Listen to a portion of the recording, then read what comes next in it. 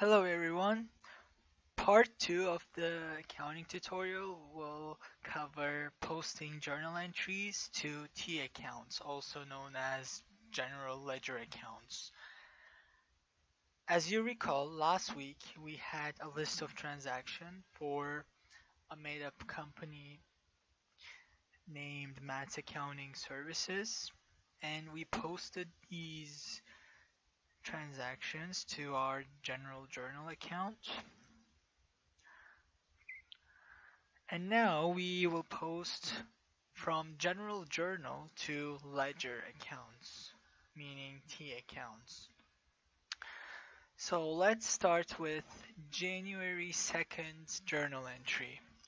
And last time I said I would cover reference column of the general journal in the T account tutorial. So we're gonna get to that as well. So let's look at our first journal entry. We have on January 2nd debit to cash and credit to Mats Capital by $200,000. So what we do is, since cash is being debited, let me just zoom in a little. Since cash is being debited, we have on January 2nd, so we put down the date, a debit of $200,000, and the credit side for this will be a credit to Mats Capital on the same date of January 2nd for $2,000. Now, once we enter the journal entry to all accounts involved in the transaction, we go back to General Journal and go back to the reference column, and in order to indicate that we have entered the transaction, we put a check mark to it. So check mark beside the entry, or we could put an X. So this X will signify that we have entered the transaction.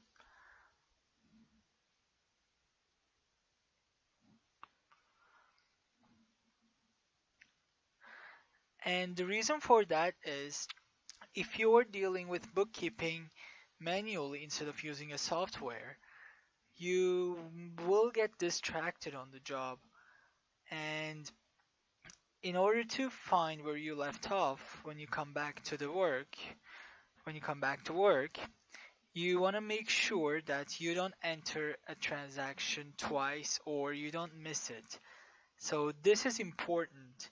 This is the reason why we need the reference column to check off each entry once we enter it on the T account. Let's go back to ledgers now. So second transaction is on February 24th, and it's a utilities expenses debited and cash is credited by $200.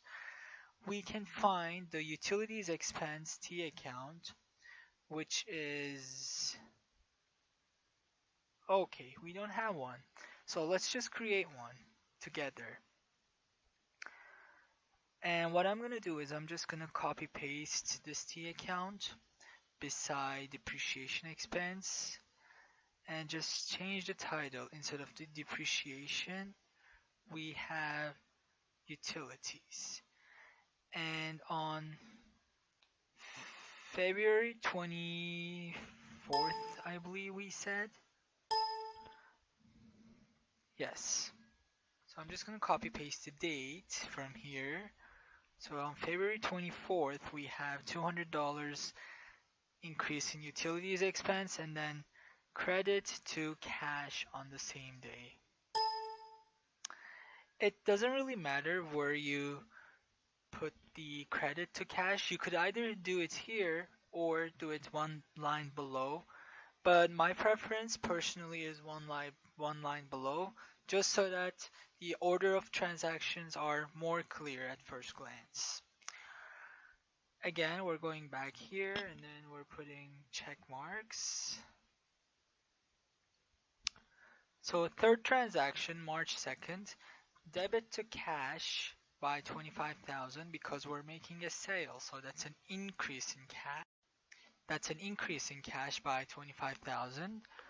And the second entry for the same transaction is credit to sales by 25,000.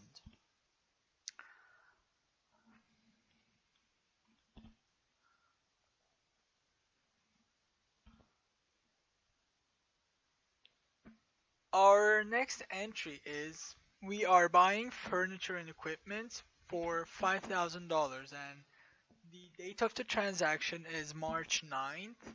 So again, I will just copy paste March 9th and we are debiting furniture and equipment by 5,000 because it's an asset and there's an increase in asset. Remember that assets increase on debit side.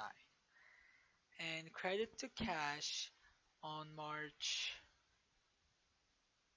9th by the same amount of 5,000. And since I'm copying and pasting, the borders are also showing up. I'm just gonna get rid of them by clicking on no border.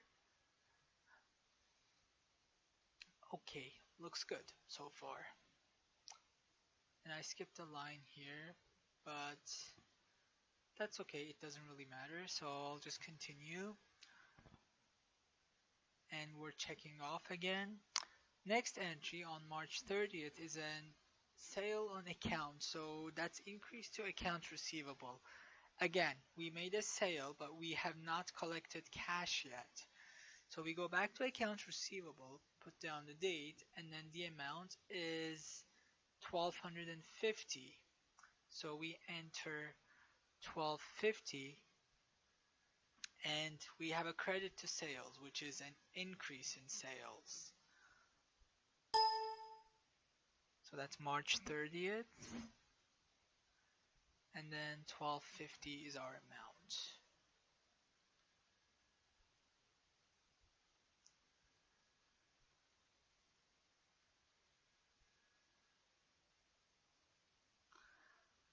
Our April 8th entry is debit to repairs expense by $5,000. So let's go back to our expenses section. Again, we do not seem to have an account for repairs expense, so I will just create one right now, just like we did for utilities expense. Gonna move towards right, and that will be repairs. Oops, sorry. By $500 on April 8th. And we have a credit to cash on April 8th by $500. And again, checking this off. Our next entry is purchase of prepaid supplies, which is assets. And remember, I mentioned in the last tutorial video that prepaid supplies is a prepaid expense, but it's an asset account. Don't get confused by the word expense. And in order to avoid the confusion, in this tutorial, I'm using the term prepaid supplies, but in practice, companies can name the account any way they want. They could call it either prepaid supplies or prepaid expenses. So on May 1st, prepaid supplies gets debited by $200. That's May 1st, debit by 200, and credit on for cash. Is it May 1st or May 2nd? May 2nd, sorry, May 1st.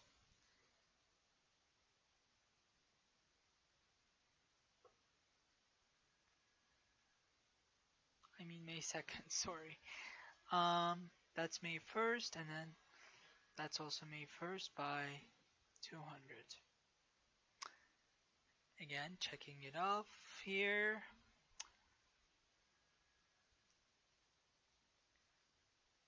And our next entry is May 31st for another sales on account. We debit AR by $22.65. So we have May 31st by, whoops, 2,265, and credit to sales on May 31st by 2,265. Let me just put the comma so that we're consistent.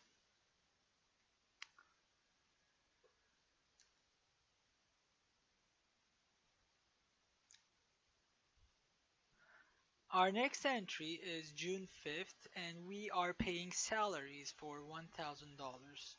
And we do have a T account for salaries, and our date is June 5th. So we have $1,000 of salaries expense, and then credit to cash because we're paying the salary in cash.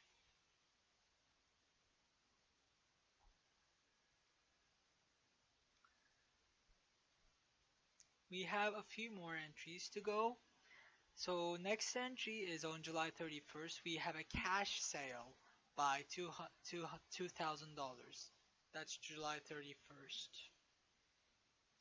Again, we're putting down the date, and the amount is $2,000. We go back to sales, July 31st for $2,000.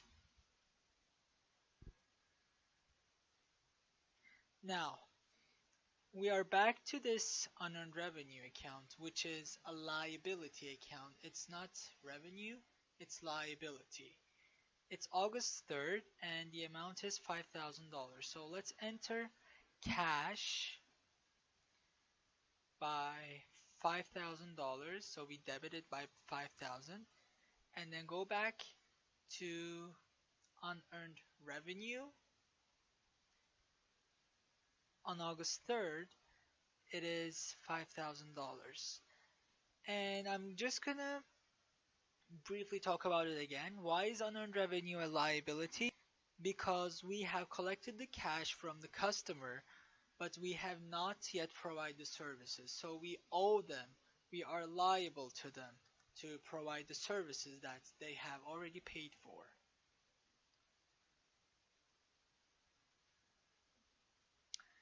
Next entry, August 7th, we are collecting cash from customers for the first sale on account. So August 7th, we're collecting $1,250.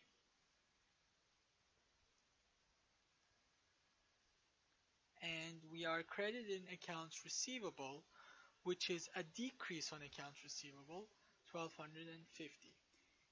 Please note that you have to record this entry. You can't just go back to the beginning of accounts receivable and then delete this entry. You have to record everything. That's the important thing in accounting.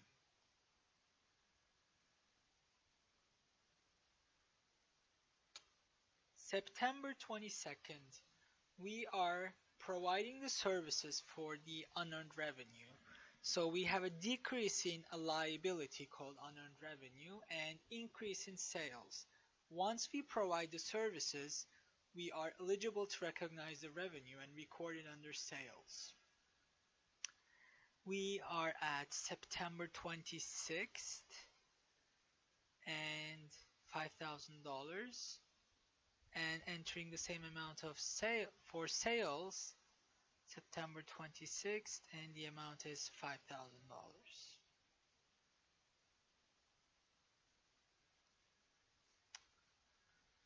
We have a couple more entries left. Next entry is October 4th. Again, we're collecting cash from the sales that we provided on account. So October 4th, and then the amount is 2,265, and that is also a decrease in AR. Again, we're recording each entry. And again, checking these off. Next entry is October 31st, and we are, as the owner, Matt, withdrawing $400 from the company's cash account. So we have a special equity account for that called Matt Withdrawals. That's October 31st. $400, and then that is also a decrease in cash by the same amount of $400.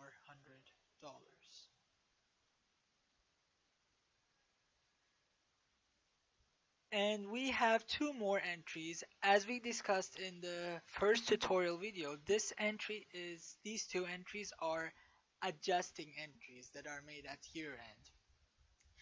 On our general journal, we recorded a supplies expense of 125. Recall that originally we purchased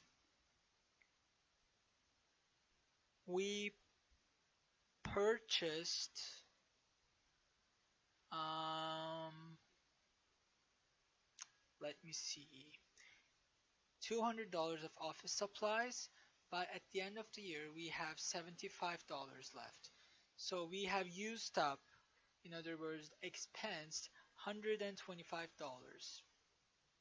So we go back to our ledger accounts, and supplies expense is something we don't have, so we are just going to create it as we did before. So that's repairs expense. I'm just copying and pasting, changing this name to supplies expense, and then we're at December 31st, and then the amount of the expense is 125, and we are crediting prepaid supplies by the same amount on December 31st, which is 125. I will explain it for each account, but notice that we have right now $75 of supplies left, which is what we should have in the end of the year based on the case facts. That's 200 that we originally had or purchased minus 125 that we used up. In the end, we will have a $75 supply amount on the debit side, so it's a positive amount for the asset of prepaid supplies. And our final adjusting entry is depreciation for the equipment, which is just wear and tear of the equipment. So we have $250 of depreciation. So we go back to depreciation expense, that's December 31st, $250. And instead of crediting the actual asset account, we credit an asset contra account called accumulated depreciation. A contra account is an account that increases or decreases in the opposite direction of the original account. So accumulated depreciation is an asset account listed on the balance sheet, one of the financial statements that we will be covering soon. It is listed on balance sheet under the original asset account, which is furniture and equipment. Our accumulated depreciation is $250. Now we can calculate the final balances.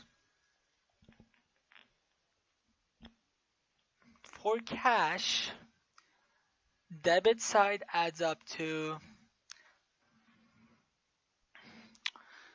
$235,515.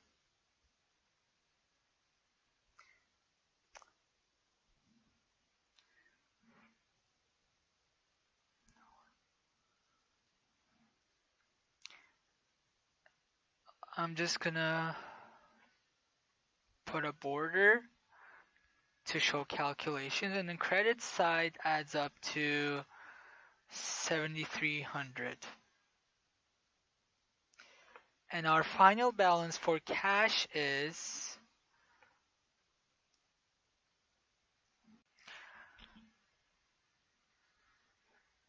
this amount on the debit side minus this amount.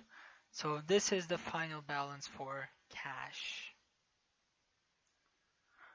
We do the same thing for accounts receivable, and then these two and these two balance each other out since they have the exact same numbers.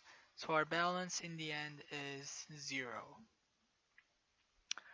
And for prepaid supplies, we have a balance of $75,000, which was provided in the case facts and for which we made the adjustment. Furniture and equipment is the same. So you could either write it down again as a final balance, or you could also just leave it like this as is. Accumulated depreciation is $250. Unearned revenues zero each other out. And we have to write it down. Whoops.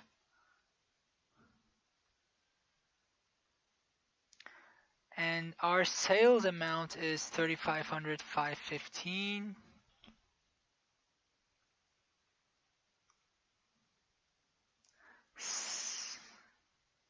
Salaries expense is $1,000. Depreciation expense is $250. Utilities expense is $200. Repairs expense is $500. And lastly, supplies expense is $125. And for the capital and withdrawal accounts, capital is $200 and withdrawals is $400. So we calculated the final balances of each account, each ledger, and now our next step is to complete a financial statement called trial balance. And the purpose of that is to make sure that our transactions are balancing, meaning debits are equal to credits, and then there are no incorrect entries made. And we will cover that in the next session, and it will be a short video. So thank you for listening, and I'll see you soon.